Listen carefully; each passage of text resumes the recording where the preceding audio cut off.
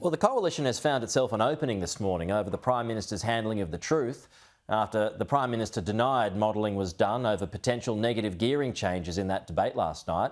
So at the time, the Treasurer conceded that there was. This after the Prime Minister fell off a stage recently and then said he didn't. Now, in opposition, they like to accuse Scott Morrison of being the liar from the Shire, so something about stones and glass houses. Joining us live now is our Thursday morning panel, Shadow Trade Minister Kevin Hogan and the Greens Senator Sarah Hanson-Young. Sarah, we'll start with you. It just so happens that you have a policy on negative gearing and capital gains tax, so will that be a demand in the event of a minority government? Well, we really think it's time to put some fairness back into the system, and we're going to give renters and first home buyers an opportunity and a shot at actually getting their foot in the door to buy their first home. We've got to put a bit more balance in the system. Rather than tax handouts to big wealthy property developers to buy their 5th, 10th, 15th, 100th house that they get a tax handout for, how about helping the first home buyers and renters in the first place and make it a bit fairer? We'll look after, of course, those mum and dad investors who have one property to invest, so your family home and then the extra investment. But for those big wealthy property developers with those big tax handouts, no, we think it's time that they were scrapped. All right, so will that be a demand for you, though, in the event of a hung parliament that'll be led by Labor? Well, we, of course, are putting this on the table as one of the key things we want to negotiate with Labor on in the form of a minority government. And part of this, of course, is that this is what Australians right across the country are crying out for. We know that housing is the top cost of living issue being raised by Australians right across the board. And rather than tinkering around the edges, as Labor have done, or making the situation a whole lot worse, supercharging house prices and debt, which is what the Coalition's policy is, we want to get around the table and push Labor to do what Labor should do. We won't get everything we want, Pete.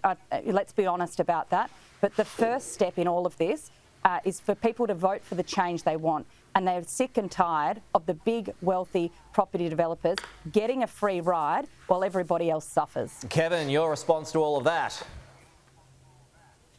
Well, Pete, it will be a demand, and this again is the issue that we will have with a Labor-Greens minority government. But what the Greens policy will do, Pete, is stop investment into the housing market, and that's the last thing that we want. But I think the most important point of what you just said then, Pete, was the tricky language that the Prime Minister used. We didn't commission the report. He knew the report had been done. He uses tricky language. And the other thing I'd like to see, Pete, is Peter Dutton last night. Peter Dutton, who I know obviously quite well, who has a great sense of humour, is a very humble man. The other great thing that he did last night, he said because of the reports coming out of Indonesia, he made a mistake. He's happy to say, I made a mistake on that because of conflicting reports that came out of Indonesia. Wouldn't it be great if the Prime Minister or the Treasurer could say, you know what? We made a mistake. We made a mistake on energy bills. We said they were going to go down $275 and they haven't, and we're sorry and we made a mistake. You never hear those words come out of the Prime Minister or the Treasurer's mouth. OK, just something else that's about this morning. The Coalition says it is an aspirational plan, but it wants to target income tax and indexation if it wins government. So, Sarah, back to you. Any issue with that?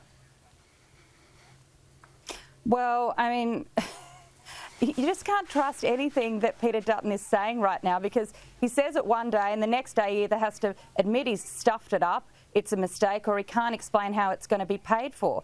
And this seems to be just another policy on the run from Peter Dutton. I mean, I must say, this campaign of the Coalition's, led by Peter Dutton, is an absolute train wreck. They've had to backflip on their work from home policy. They don't have costings for their big spending things like nuclear. They've verbaled the Indonesian president, and Peter Dutton's had to apologise. But just on that policy, though, they've of tackling gotten to indexation. a mess. I mean, has there been a worse campaign? I just want to... Well, I just don't believe it, Pete. I don't believe it. And I can't... this campaign is so bad from the Coalition. Has there been a worse one since Mark Latham in 2004? Kevin, business already likes it. They like that conversation on indexation. Should this have been done earlier? Well, yeah, look, we will always be philosophically a party of lower tax than the Labor Greens government. That's so Peter's saying he has aspirations to look at bracket creep. I mean, we want Australians to keep more of their own money rather than keep giving it to the government. So as an aspiration, that's a good idea. Can I just go, though, to economic responsibility, Peter? I have to make this comment with the Greens. The Greens are making some big spending policy announcements in this election. They will potentially be in a minority government with Labor. But I make the point that the Greens don't like how we make money. We make money from coal, iron ore, gas, and we export food. $400 billion we export of those things. The Greens want to shut a couple of them down, so actually decrease the amount of money that you earn, but then on the other side, increase the amount of money you spend. Pete, that's like you giving up 2 days a week work and then going out and spending more money. It's the road to economic ruin. Well, I mean, with all of, and close on that thought then, Sarah, with your suite of policies and whether it is, free education. It's not funny, Sarah, when you go broke. Well, free education or free dental and all these other policies, I mean, can that send the country broke? Well, what we want, we're the only party that's putting costed policies forward and wanting to make sure those big corporations, 1 in 3 who pay no tax at the moment, that they actually pay some tax. That's what Australians want. And I must say, the other big clanger right to say in no the debate tax, though? last I mean, night there is from tax Peter in some Dutton, capacity. not 1 in 3 big corporations don't pay the tax, and that's a problem. And that's why we need to make sure they pay their fair share, so we can pay for the services they want. The employees that they have and then their taxes, and etc. So there are taxes being raised. We're talking about corporate. We're talking about the corporate tax that's paid by corporations. 2 in 3 pay and 1 in 3 don't, and that's not fair, and they should. The fact that big corporations pay less tax than a nurse or a teacher or a firefighter is not fair. And if they paid more tax, we could pay for the things that we actually need to relieve cost of living pressures, to pay for proper education, to put dental into Medicare. But, this is all a distraction, Pete, because last night the big clanger from Peter Dutton was he belled the cat that he doesn't take climate change seriously. This is going to rock Liberal candidate campaigns across the country. Right. I can tell you already here in Sturt in South Australia, it's going to be a big clanger that's going to hang around the Liberal candidate's neck right through to election day.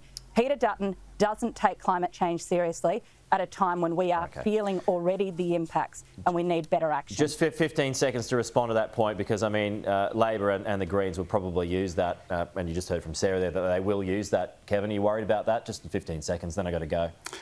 Labor and the Greens have been telling lies through campaigns since Adam was a boy, Pete, so we won't worry about that. But the issue will be is the Greens with the Labor government and a minority government will be shutting down income-producing industries that pay a lot of money in tax and on the other side want to spend more money. It is literally a road to economic ruin. Kevin, Sarah, I've gone over, but thank you as always for your time. We'll chat soon.